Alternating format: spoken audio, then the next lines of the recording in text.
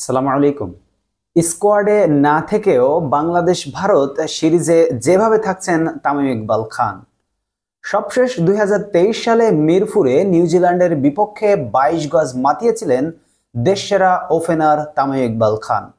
ভারতের বিপক্ষে ২ ম্যাচের টেস্ট সিরিজ ও ৩টি টি-২০ খেলতে রোববার ১৫ই সেপ্টেম্বর ভারত যাচ্ছে টাইগাররা।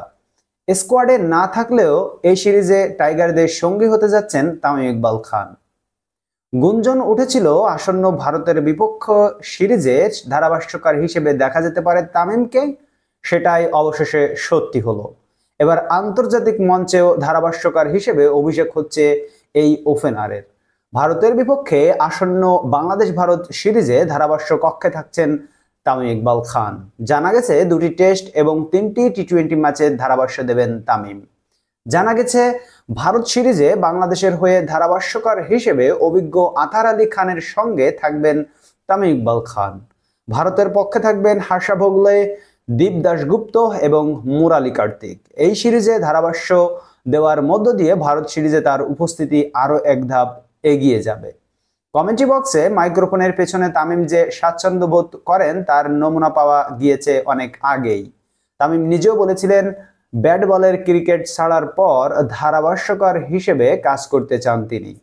এর আগে এক সাক্ষাৎকারে ভবিষ্যৎ পরিকল্পনা নিয়ে তামিম ইকবাল জানিয়েছিলেন, আমার মনে হয় না আমি কোচিং লাইনে আসব, তবে কমেন্ট্রিতে আমাকে একটু টানে।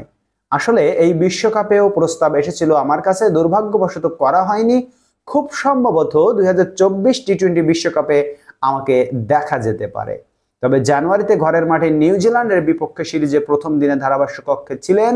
এবার ভারত সিরিজ দিয়ে পুরোপুরি সেই পথে নিজেকে প্রতিষ্ঠিত করতে পারেন তামিম ইকবাল খান। সেক্ষেত্রে তা হবে ক্রিকেট ভক্তদের জন্য বাড়তি এক উন্মাদনা, বাড়তি এক পাওয়া।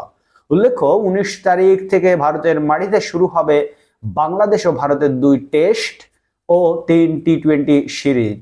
কানপুরে ২৭ সেপ্টেম্বর থেকে ২ দলের খেলার কথা ও দ্বিতীয় শেষ টেস্ট।